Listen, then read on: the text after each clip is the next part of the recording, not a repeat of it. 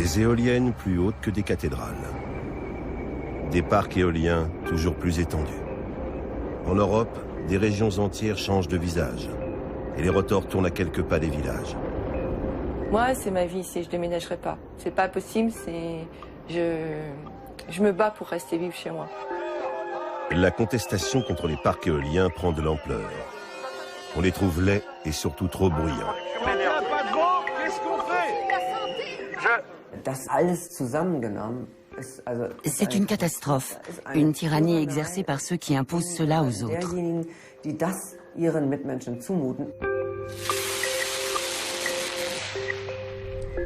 L'Allemagne veut sortir du nucléaire et mise sur les énergies renouvelables. C'est-à-dire qu'on ne peut pas dire que c'est aberrant et qu'on ne peut pas lever les yeux au ciel en parlant de sortie nucléaire quand des gens aussi sérieux, solides, rationnels que les Allemands le font. Mais un vent de colère souffle parmi les riverains.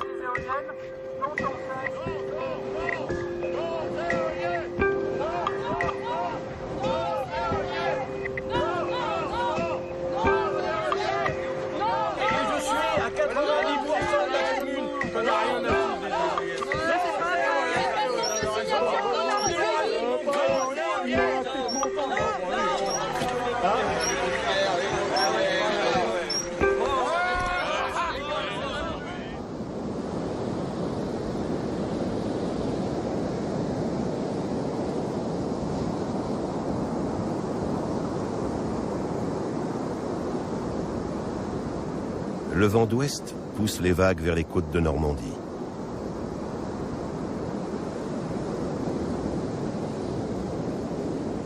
Ce vent, né dans l'océan Atlantique, fait tourner d'énormes rotors sur les collines de Saint-Pierre d'Artéglise.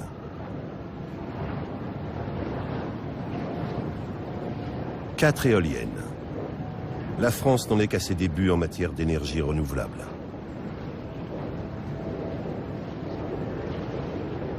Pour les riverains du parc éolien, c'est déjà trop. C'est en tous les cas l'avis de M. Dupont, le propriétaire de cette maison.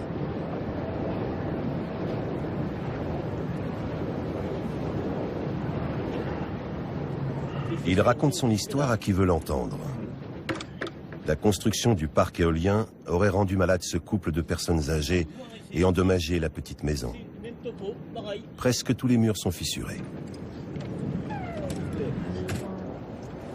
Professionnel que j'ai fait venir, quand une maison, si ça bouge par le terrain, on a un peu, ça ne pète jamais là, ça pète là, et après ça descend. Mais jamais, là c'est directement le truc de fenêtre qui a pété, hein. C'est dingue, ça passe où que ça veut, c'est clair. Que quand on a travaillé toute sa vie, si on a une retraite, c'est pour y vivre correctement. Il est hors de question, on ne s'adapte pas. Quand on a passé les 70 ans, on s'en va pas vivre n'importe où. Là on la voit bien, là. Voilà. Monsieur Dupont a beau montrer les dégâts sur ses murs, l'exploitant du parc éolien ne voit pas de lien entre les fissures de la maison et les éoliennes installées à 350 mètres de là. Les Dupont expliquent que jusqu'à l'arrivée des éoliennes en 2007, ils vivaient paisiblement. À présent, ils entendent le vacarme des rotors jusque dans leur maison, nuit et jour. Le café, il va être bon, hein. Désemparé, le couple a cherché de l'aide.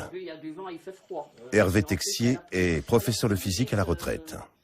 La nuit, par exemple, Il est aussi le chef de file d'un mouvement anti-éolien très actif dans tout le pays. L'énergie propre est pleine d'avantages, mais le bruit que font les éoliennes ne s'arrête jamais. Avant, leurs petites filles aimaient venir chez eux le week-end. Mais lorsqu'elles ont commencé à avoir du mal à s'endormir, elles ont refusé de passer la nuit dans leur maison. À minuit, celle qui avait 2 ans et demi, elle se met à pleurer, alors je monte la voir là-haut. Puis elle me dit, mais mère, pourquoi t'as mis le lave-linge en route? Mais j'ai dit, ma petite puce, il n'y a pas de lave-linge, regarde. Mais mère, j'entends toujours le lave-linge, moi. Et puis, j'ai fait, quand le réveil va sonner, on se lèvera. Et puis alors, quand le réveil a sonné, on s'est levé. Et puis, je fais le lit, puis je leur dis, couchez-vous dans le lit à mes mères. Puis regardez, j'ouvre les volets, je tire le rideau. Qu'est-ce que vous voyez? Alors la petite me fait, oh, Les éoliennes. Eh ben j'ai dit oui, mes petites puces, c'est ça que vous entendez sans arrêt. Moi, je vais vous dire une chose, je préférerais coucher à 20 mètres de Flamanville ou de l'EPR qui sont en train de construire que de coucher à 350 mètres des éoliennes là, parce que je pourrais dormir. Les éoliennes qui ont été construites ici, c'était parmi les premières en Basse-Normandie. Voilà. Là, on a commencé à s'inquiéter. Et entre-temps, il y avait d'autres projets qui étaient en train de se mettre en route dans les départements de Basse-Normandie.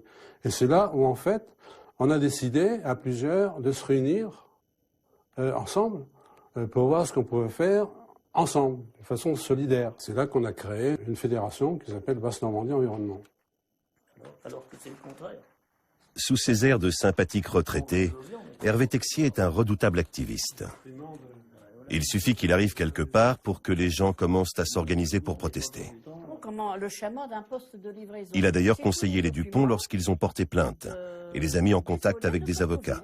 Mais ils ont perdu leur procès. Pour Texier, l'éolien n'est pas la bonne solution. La présence de ces moulins d'un nouveau genre gâche les paysages. Il se rend chaque semaine chez des riverains concernés pour les soutenir. On reçoit tous les jours des communications téléphoniques et des mails de gens qui, tout d'un coup, découvrent qu'ils vont avoir des éoliennes devant chez eux et ils ne savent pas quoi faire. Ils sont perdus, qu'est-ce qu'on peut faire, etc. Donc là, évidemment, notre premier objectif, c'est de les conseiller. Là, c'est ce qu'il faut faire.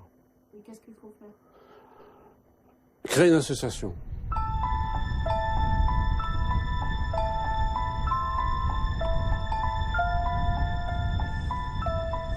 Le nord de l'Allemagne. Le cauchemar d'Hervé Texier.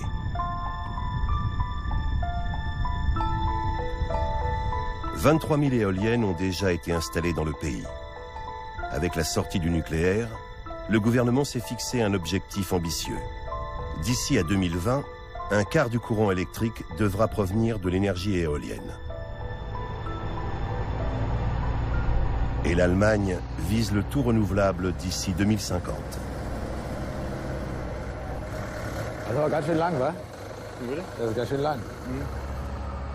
Cette éolienne s'élève à 120 mètres dans le ciel.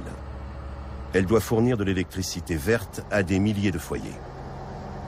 Mais à l'étranger, on est sceptique sur les chances qu'a l'Allemagne de réussir sa transition énergétique. Nous avons 30 à 40 ans pour y parvenir. Mais c'est un système totalement nouveau, qui implique un effort comparable, dans une certaine mesure, à celui que nous avons fait après la Seconde Guerre mondiale, pour reconstruire le pays. C'est vrai que ce qui se passe en Allemagne, d'abord sur la capacité à avoir fait bouger la société et les politiques, et surtout à faire la démonstration que ça fonctionne, que ça crée de l'emploi, que l'Allemagne est en train de développer un secteur industriel porteur sur les énergies renouvelables, je pense que ça peut questionner certains, y compris ça peut les interroger sur le fait que la France est en train de prendre un retard en matière d'énergie solaire, en matière d'énergie éolienne qui va devenir ridicule, vraiment, si on continue à s'obstiner.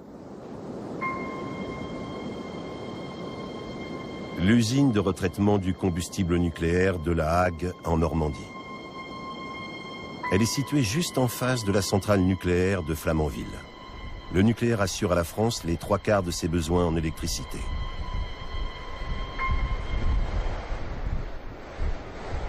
D'après une étude réalisée par PricewaterhouseCoopers, la France compte environ 100 000 emplois directs dans l'industrie nucléaire. Contrairement aux Allemands, les Français ne sont pas pressés de fermer leurs centrales, du moins dans leur majorité. D'ailleurs, le gouvernement français continue à miser sur cette énergie. Mais tant qu'on n'aura pas le courage de poser la question de la sortie du nucléaire, on sait très bien que l'inversion aura du mal à se faire. C'est-à-dire que tant qu'on sait qu'on continue à investir et des fonds considérables sur le maintien ou le développement du nucléaire, on a énormément de mal à faire le pas vers les renouvelables. Et la bascule qui s'est faite en Allemagne, elle s'est faite à partir du moment où il y a eu un consensus pour la sortie nucléaire. Et là, tous les industriels, tous les opérateurs savaient qu'il fallait basculer vers le renouvelable. Et les choses sont allées d'ailleurs plus vite que prévu. Il faut que la voie choisie par l'Allemagne soit une réussite. C'est le plus important. Si ça fonctionne, d'autres suivront. Si l'Allemagne continue à être un pays industriel prospère, si elle progresse encore grâce à ce nouveau choix, d'autres lui emboîteront le pas. Si nous hésitons ou décidons d'abandonner en chemin, je ne vois pas qui prendrait l'initiative de retenter l'expérience.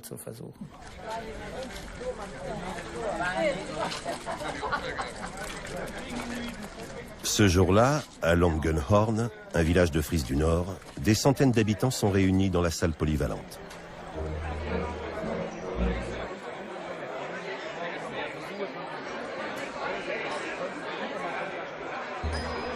Un nouveau parc éolien va être installé à la sortie du village. Tous les habitants veulent investir dans l'affaire. D'après un récent sondage Infratest, les 2/3 des Allemands trouvent que la production d'électricité verte près de chez eux est une bonne ou une très bonne chose. La plupart des habitants de Langenhorn sont venus et souhaitent acheter des parts. À chaque signature, ce sont 2500 € qui tombent pour la construction des nouvelles éoliennes. En 2 heures, les participations s'élèvent à plus d'1 million d'euros. So, ich möchte jetzt die tätigen Personen vorne am Pult bzw. die Notare nicht unter Druck setzen, aber ich denke... L'exploitant du futur parc éolien est un agriculteur local. Les champs qui vont accueillir le parc éolien lui appartiennent ainsi qu'à d'autres fermiers. Ce paysan doué pour les affaires promet aux habitants de hauts rendements financiers. Mais leur argent ne suffira pas. 2 banques vont également investir dans le parc, car il faut réunir la somme de 30 millions d'euros pour le construire. Il nous faut aussi un peu d'argent pour les préfinancements, le notaire, le tribunal, les réserves, les expertises, etc. Au micro, le conseiller fiscal prédit des gains qu'une multinationale n'oserait pas promettre à ses actionnaires. Pour ce qui est des dividendes pour 2011-2020, nous tablons pour l'instant sur 20%. Les dividendes sont toujours proportionnels au capital personnel engagé. Un rendement de 20% pour chaque actionnaire. En Allemagne, une nouvelle loi sur les énergies renouvelables est entrée en vigueur. Elle garantit des prix élevés pour l'électricité verte. Rares sont ceux qui osent s'opposer au projet.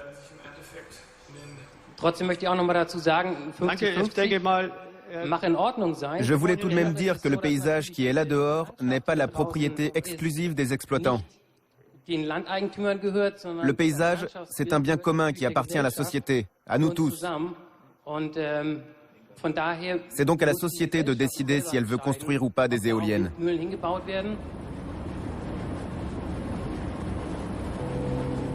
À 1 heure de là, au sud, une polémique liée à un parc éolien a engendré des haines durables. Ce terrain est surveillé nuit et jour.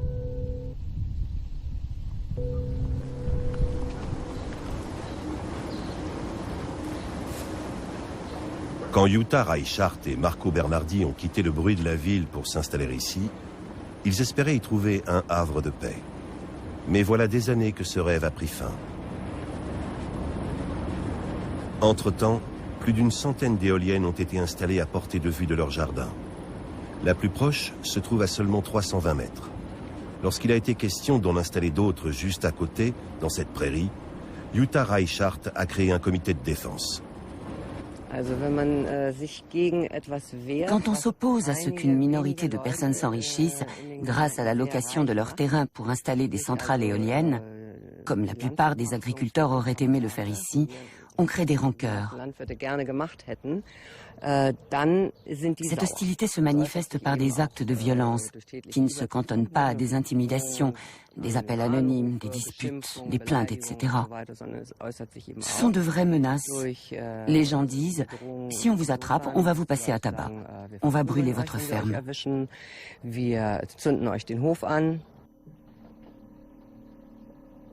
Pour l'instant, ces menaces n'ont pas été suivies d'effets, mais elles ont été proférées devant des témoins qui ont peur d'être filmés.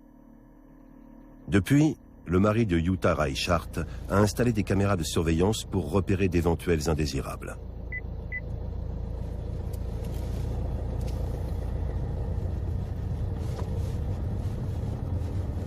Leur opposition aux éoliennes aurait fait perdre aux agriculteurs 20 à 30 000 € de rentrées locatives par éolienne.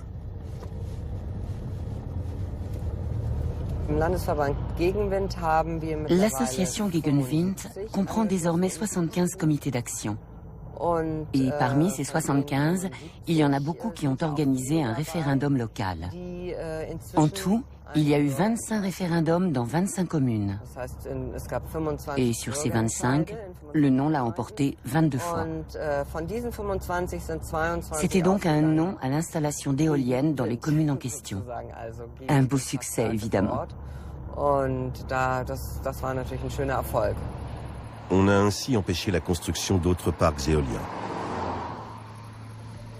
Retour à Langenhorn, le village où un parc éolien est prévu. Il est trop tard pour y organiser un référendum. Jutta Reichhardt conseille le comité de défense locale sur ce qui peut encore être fait. Elle n'est pas contre les énergies renouvelables en général. La géothermie, les énergies solaires ou hydrauliques sont pour elle de meilleures solutions. Ici, beaucoup de gens craignent que leur maison ne perde de la valeur à cause du projet éolien. Je salue Madame Reichhardt, qui est présidente de l'EPAV. C'est bien ça? Oui, l'EPAV est la plateforme européenne contre les installations éoliennes. Contre toutes les installations éoliennes? Oui, toutes. On ne dit pas « celle-ci d'accord, mais l'autre là, devant chez moi, pas question ». Pourquoi êtes-vous contre? Parce qu'après plusieurs années d'expérience, 20 ans précisément, nous nous sommes rendus compte que les éoliennes sont un non-sens écologique et économique. Et voilà pourquoi on s'y oppose. Nous ne voulons pas que notre environnement soit détruit, que nos paysages soient défigurés et notre santé menacée. Nous avons dans différents lieux des débats très importants sur l'énergie éolienne. Mais ils sont parfois soulevés par des gens qui croient tout simplement à la poursuite de l'utilisation de l'énergie nucléaire, qui croient à la poursuite de l'exploitation du charbon, qui contestent le changement climatique. Les gens, tout particulièrement les habitants de la côte nord, doivent prendre conscience que si nous continuons à brûler des combustibles fossiles, leurs enfants ne pourront plus vivre là-bas.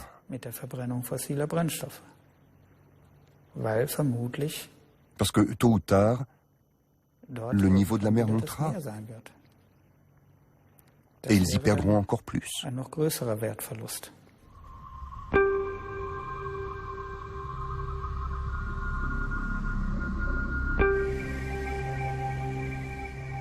Mais le véritable problème de l'énergie éolienne est le suivant.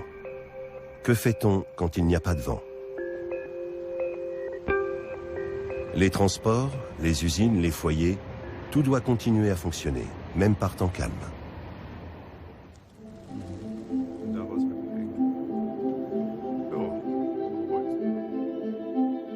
Le centre de conduite du réseau électrique de Brauweiler, près de Cologne. Tout le réseau allemand est représenté au mur.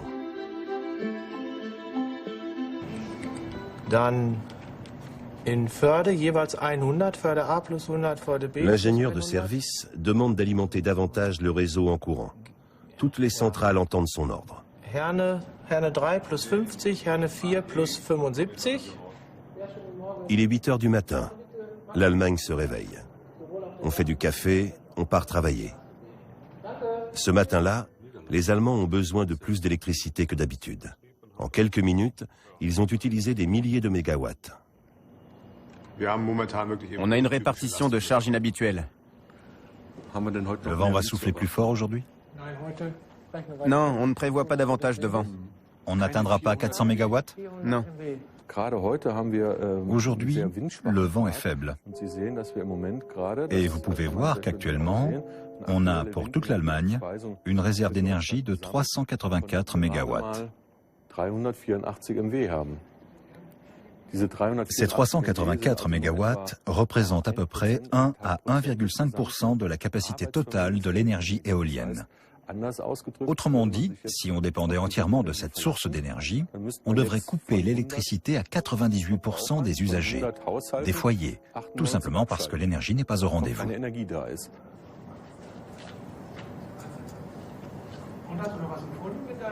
Une transition énergétique axée sur une source si peu fiable est-elle raisonnable? Si, exceptionnellement, le vent ne souffrait pas pendant 2 semaines, il nous faut des stocks capables d'assurer les besoins pendant ce temps. Et nous devons aussi, dans la mesure du possible, faire des réserves sur l'année.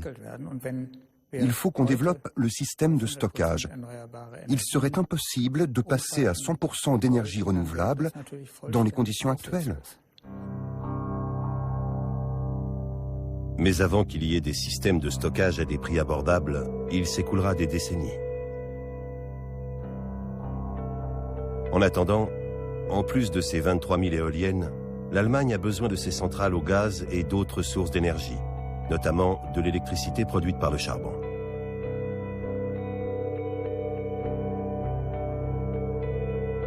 Après la sortie du nucléaire, les groupes énergétiques allemands vont continuer à exploiter les mines de charbon pour assurer au pays un approvisionnement quotidien en électricité. Mais brûler du charbon est loin d'être neutre. Les centrales émettent de fines particules et du dioxyde de carbone, un gaz à effet de serre. Contrairement à la France qui a misé sur le nucléaire, l'Allemagne fait ainsi partie des principaux responsables du réchauffement climatique en Europe.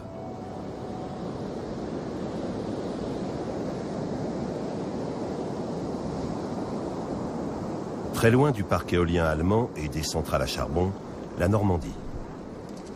Voici le village de Courvaudon. Nous retrouvons Hervé Texier, le fondateur de l'une des grandes fédérations anti-éoliennes de France. Son village fait aussi l'objet d'un projet de parc éolien. Texier et d'autres habitants ont déposé plainte au tribunal contre le permis de construire. L'affaire est en cours.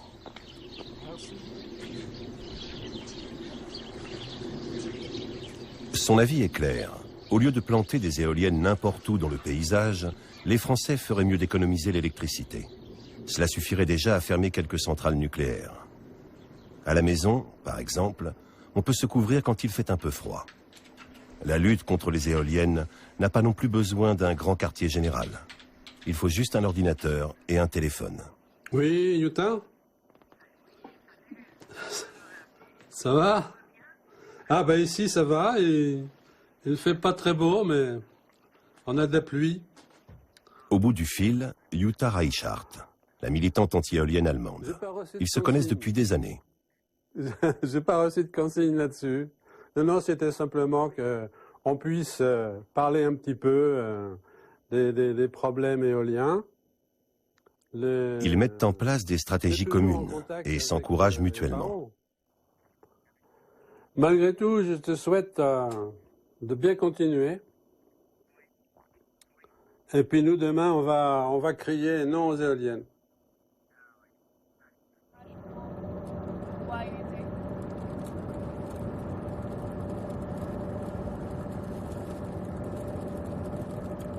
Le lendemain matin, Hervé Texier est en route pour Amiens. La branche éolienne française y organise son salon annuel. Le militant et ses camarades de combat ont appelé à manifester. Et il y a, je crois, 300 petites sociétés qui dépendent de cette grosse société, qui sont invitées et à participer à cette réunion, ce colloque, cette conférence.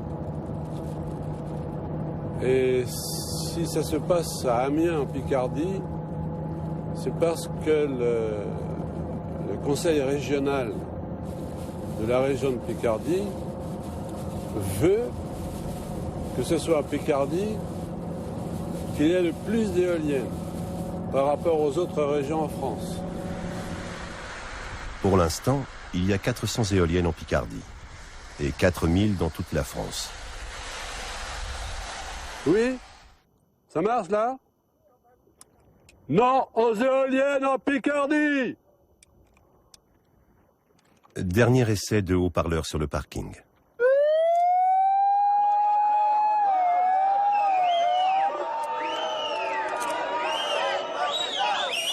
Non aux éoliennes en Picardie!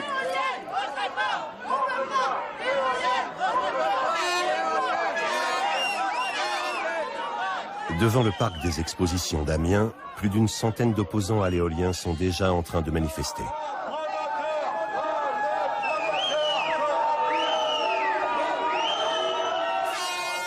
Hôteliers, pêcheurs, enseignants, ménagères, les manifestants viennent de tous les horizons sociaux et de tous les corps de métier.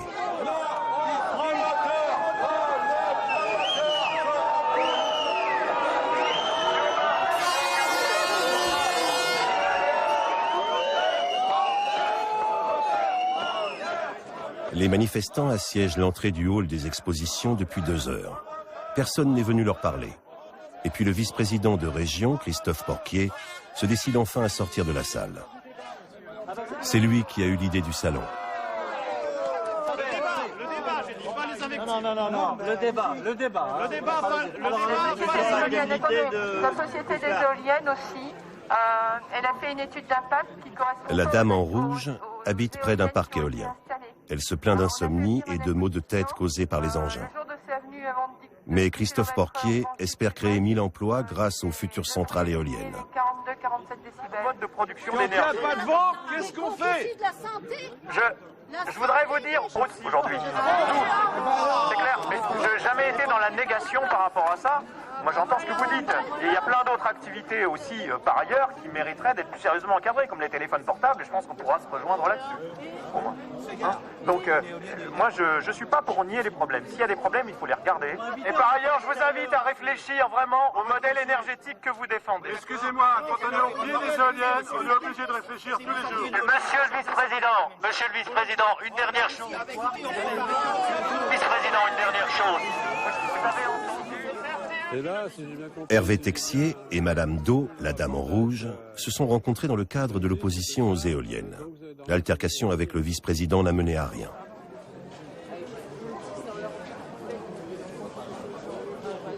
Sur le parking du salon, les manifestants découvrent une remorque qui transporte un élément d'éolienne, recouvert d'une bâche.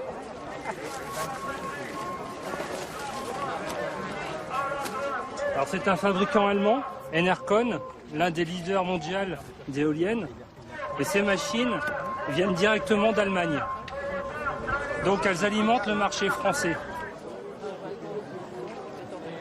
D'accord.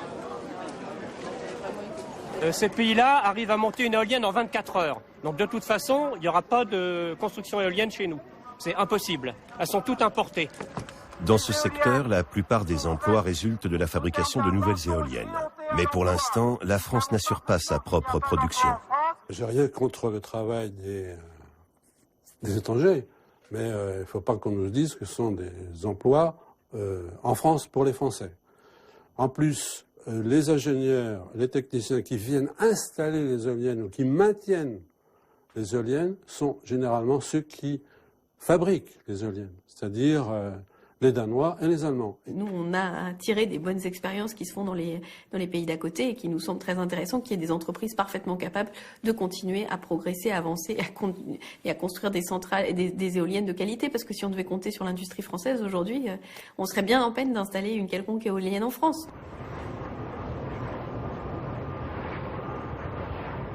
La commune de Louvrechy, en Picardie. En 2009, une entreprise allemande a installé ici un parc éolien. Depuis, la contestation s'est développée dans le village. Des riverains en colère se retrouvent dans la ferme de Madame Do. C'est ce qui a manqué finalement. Et on fait tout en haut maintenant. Ouais. On fait tout sur plan. Ouais. On ne fait pas le droit de...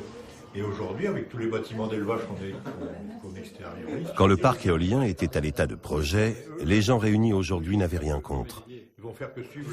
Alors, tout serait bien fait, il n'y aurait pas de problème. Alors, par contre, le maire était pour. Son voisin était pour.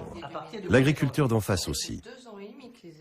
Il n'imaginait pas le bruit que peut faire un parc éolien. Et la loi, elle est applicable au 1er janvier. Et en 2002, il n'y avait pas beaucoup de parcs éoliens. Donc, on ne savait même pas. Moi, je trouvais que les éoliennes, c'était vraiment très très bien. On nous a présenté ça contre l'énergie nucléaire. Et moi, je me disais, bah oui, c'est super, j'ai des enfants, j'ai pas envie d'énergie nucléaire, de leur laisser ça. Ah bah oui, parce qu'on ne peut pas se permettre de dire toujours, je veux pas de ci, je veux pas de ça, je ne veux pas de nuisance, mais je veux de l'électricité. À un moment ou à un autre, il faut faire des choix. Donc, je me suis dit... L'éolien, apparemment, n'est pas nuisible. On peut revenir en arrière facilement parce qu'une éolienne démontée, il ne reste plus rien. Donc je me dis, c'est quand même, pour moi apparemment, c'était une énergie propre. Mais bon, fort à constater que ce n'est pas propre. Comme il menaçait de porter plainte, l'exploitant du parc a fait isoler la chambre à coucher des Do contre le bruit. Le coût, 1 500 €. Mais Madame Do ne trouvait toujours pas le sommeil.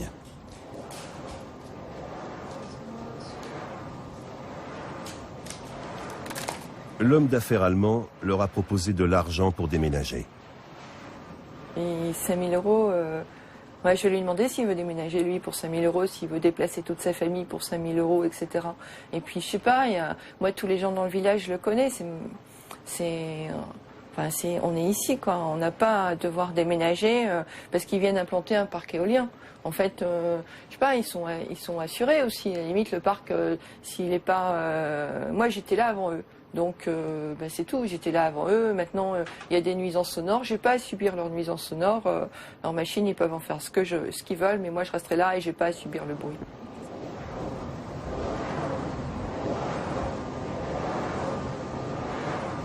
Le bruit du parc éolien ne s'arrête jamais. C'est comme si on faisait marcher en permanence une vieille machine à laver.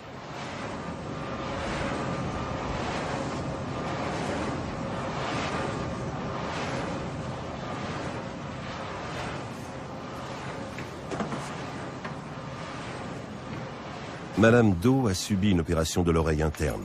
Depuis, elle est très sensible au bruit. Les bouchons d'oreille ne lui sont d'aucun secours. Il lui arrive d'aller passer la nuit chez des amis pour être sûre de dormir. Chez elle, tout près du parc éolien, c'est impossible.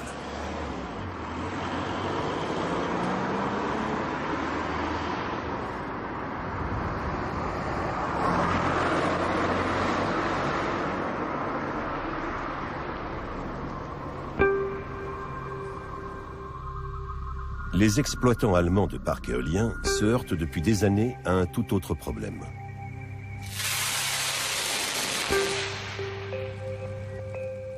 Comment conduire l'électricité propre là où on en a besoin?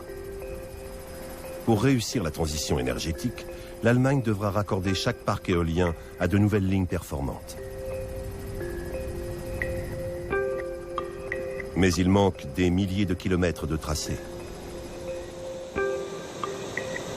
Il n'existe pas encore de projet homogène pour remplacer les vieux pylônes et construire des tracés modernes. Il faudra encore attendre quelques mois le vote d'une loi qui réglemente l'aménagement du réseau électrique.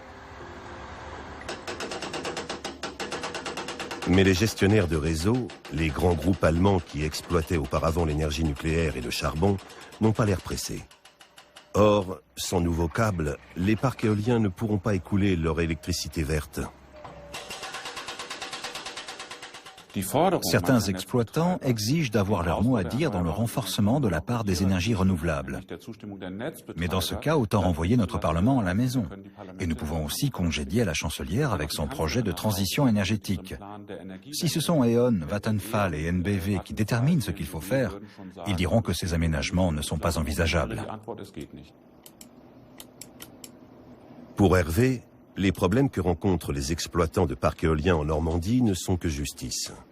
Il met en ligne les dernières nouvelles sur les sites web du mouvement anti-éolien. Et il se tient au courant des projets des militants à l'étranger. Il appelle de nouveau Jutta Reichhardt, sa camarade de lutte allemande. Ouais. Et la santé, autrement? La santé? Les nouvelles sont mauvaises. La porte-parole des opposants allemands à l'éolien est malade. D'accord. D'accord. La ferme de Jutta Reichhardt, près de la mer du Nord, est balayée par les tempêtes d'automne. Au-delà de sa propriété, les rotors font toujours autant de bruit.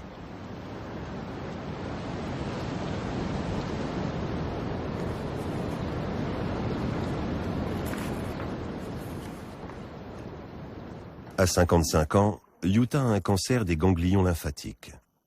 Elle vient d'être opérée et va subir une chimiothérapie.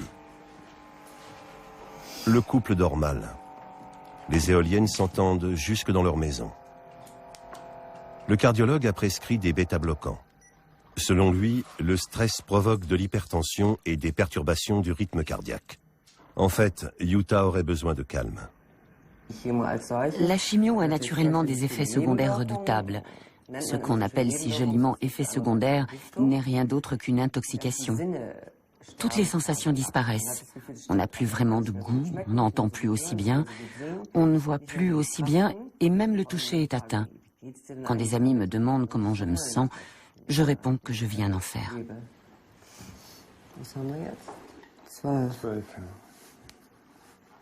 Jutta Reichhardt aurait besoin de beaucoup dormir, mais ce n'est pas possible. L'industrie éolienne prétend que ces machines ne font pas plus de bruit qu'un oiseau qui chante devant la fenêtre. Mais qui supporterait un merle 24 heures sur 24 devant sa chambre?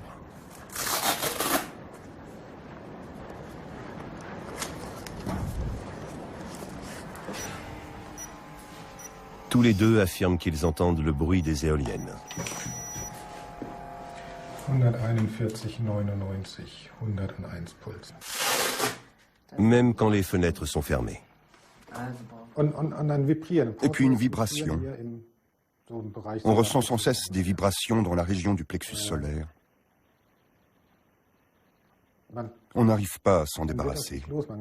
On ne peut pas se tourner sur le côté, se mettre dans une autre position pour ne plus les sentir. Elles sont toujours là, quelle que soit la façon dont on s'allonge dans le lit.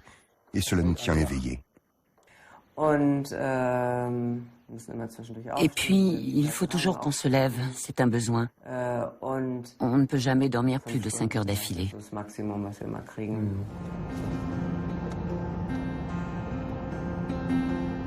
Pourquoi Jutta ne s'en va-t-elle pas vivre ailleurs?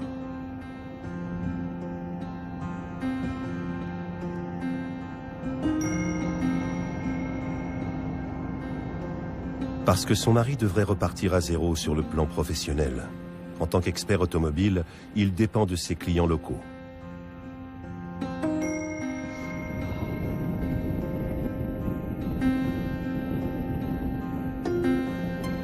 Jutta Reichhardt va faire un séjour dans une clinique spécialisée sur l'île de Föhr, en mer du Nord. Elle doit se reposer.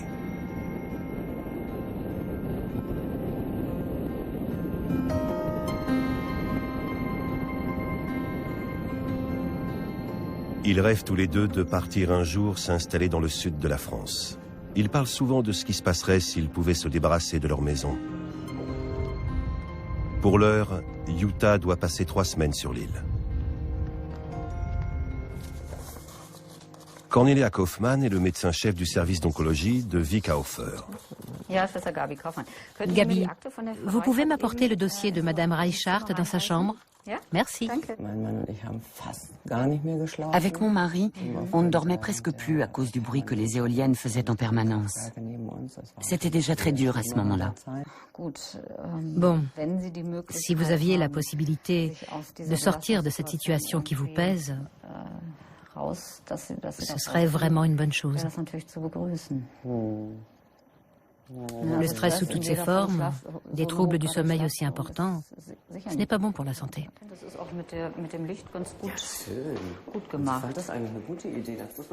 Mais il est peu probable qu'ils puissent déménager. Un agent immobilier leur a dit que leur ferme était invendable. Encore un examen, puis Jutta Reichhardt pourra retourner dans sa chambre et dormir enfin. Bon, de ce côté aussi, je ne vois que des vaisseaux tout à fait normaux et pas de ganglions lymphatiques pathologiques. Plus d'inquiétude de ce côté alors. Exactement.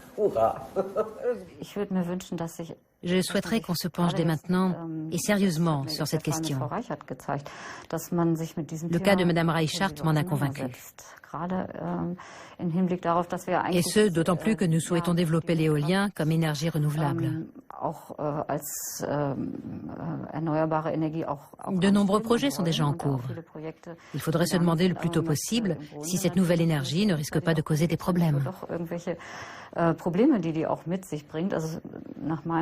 tant que médecin, je pense qu'il faut s'occuper de cela le plus tôt possible. Il ne faut pas attendre que toutes les éoliennes soient installées pour se dire « Ah, il aurait mieux valu faire comme ça » ou « On aurait dû faire ceci ». Je crois que toutes les technologies sont porteuses de problèmes et on devrait s'en soucier très en amont. Les éoliennes n'ont peut-être pas leur place là où vivent des gens. Ces structures sont conçues pour reposer sur les fonds marins, pour des parcs éoliens situés au large, dans la mer du Nord, là où personne ne vit. Mais leur installation est un processus complexe et bien plus coûteux que sur la terre ferme. L'objectif est de disposer d'10 000 éoliennes d'ici 2030 le long des côtes, là où le vent souffle en permanence. Pour l'instant, il n'y en a que 27, dont celles qui font face à l'île de Borkum.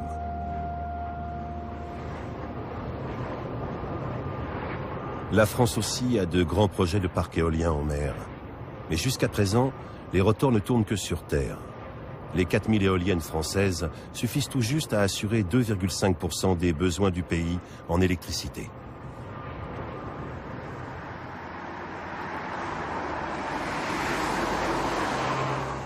Crowville-sur-Scie, en Normandie. Les gendarmes montent la garde devant la mairie. Le maire veut imposer un parc éolien, mais les riverains n'en veulent pas. Dans ce village, comme dans toute la France, la transition énergétique est loin de faire l'unanimité. Beaucoup trouvent qu'il n'est pas nécessaire de réfléchir à une sortie du nucléaire. Alors, simplement, ce qu'on dit, c'est que l'éolien, même lorsque toutes les machines que l'on veut mettre installées en France, ne vont jamais remplacer l'électricité. En France, l'électricité, la production électrique nucléaire qui représente quand même près de 80% en France. On ne peut pas remplacer 80% de l'énergie nucléaire par des éoliennes, ça c'est clair et net, tout le monde en a bien conscience. C'est vrai qu'à ce titre-là, ce qui se passe en Allemagne est une leçon extrêmement forte. C'est-à-dire qu'on ne peut pas dire que c'est aberrant et qu'on ne peut pas lever les yeux au ciel en parlant de sortie nucléaire quand des gens aussi sérieux, solides, rationnels que les Allemands le font. Mais le gouvernement s'accroche à l'énergie nucléaire tout en souhaitant que d'ici 2020, un quart de la production d'électricité provienne des énergies renouvelables. Non, non, non! Et je suis à 90% de la commune. On n'a rien à foutre des éoliennes. Ouais, c'est pas vrai. C'est pas le nombre de signatures qu'on a recueillies. On estime qu'il existe en France 800 comités anti-éoliens comme celui de Crowville-sur-Scie. Leur obstination peut aller jusqu'à faire craquer les maires. Le droit à l'image, certainement. Complètement. Non, mais on sent très bien dans mes baskets.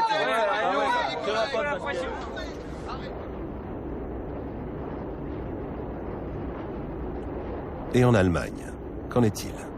On prévoit d'ici 2020 des parcs éoliens de 55 000 mégawatts. En théorie, ils pourraient remplacer 50 centrales nucléaires. Mais pour cela, il faudrait que le vent souffle en permanence. D'après un sondage Infratest, 94% des Allemands estiment que les énergies renouvelables sont importantes ou extrêmement importantes. Et ils s'accommodent du prix élevé de l'électricité verte. Alors les fabricants allemands installent dans le paysage des éoliennes de 150 mètres de haut. Personne ne peut être certain que d'ici 60, 80, 90 ans, rien ne va changer dans son environnement. Beaucoup de choses évoluent. C'est dur à entendre, mais si la société souhaite cette transition dans sa grande majorité, comme c'est le cas, je pense qu'il faut que chaque individu en accepte les éventuels inconvénients. C'est ainsi que cela fonctionne dans une démocratie.